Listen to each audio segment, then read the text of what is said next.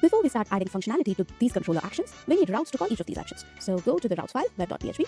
Here, we first need a get route to show all of the nodes that points to our node controller's index action. And then we need a route to show the form that will point to the create action. We need a route to store it, and we need a route to update, and so on. Instead of writing all these multiple route declarations, you can register a single resource route that points to the resource controller like so. We use the resource method, and we give the URL like nodes. This is the common URL, and then we point it to the entire controller. This single line will create all the resource routes required for us. Let's verify using the command php artisan route list. Notice all of these routes were created for us. And look at the names of each of these routes: node.index, node.store, node.create, and so on. So it uses nodes, and then the suffix will be the controller method that it points to. There's one more step remaining though. We want all these routes to be available only to logged in users, right? So let's add the auth middleware here, middleware auth. The moment we add this, Laravel makes sure that none of these routes are available without login. Let's verify. Go to your root URL/nodes. We don't see a 404 error, that means this route exists. We just see a blank page because we are yet to add a view. Now go back to the dashboard, log out, and now try accessing the nodes URL. Okay, let me refresh. Notice that you are redirected back to the login page.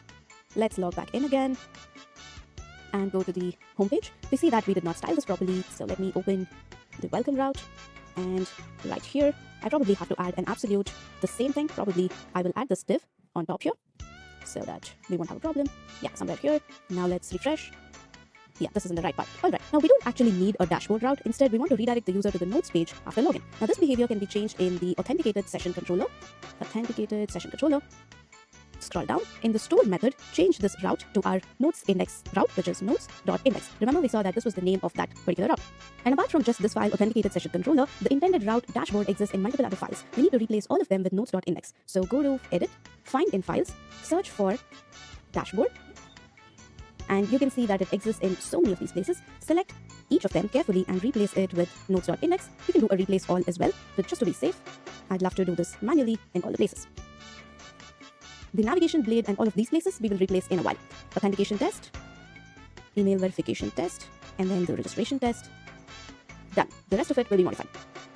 Now, anytime you log in, you will be directed to this instead of the dashboard route. Alright, we have the entire structure ready for adding functionality and views. Let's add all of it, one action and one view at a time.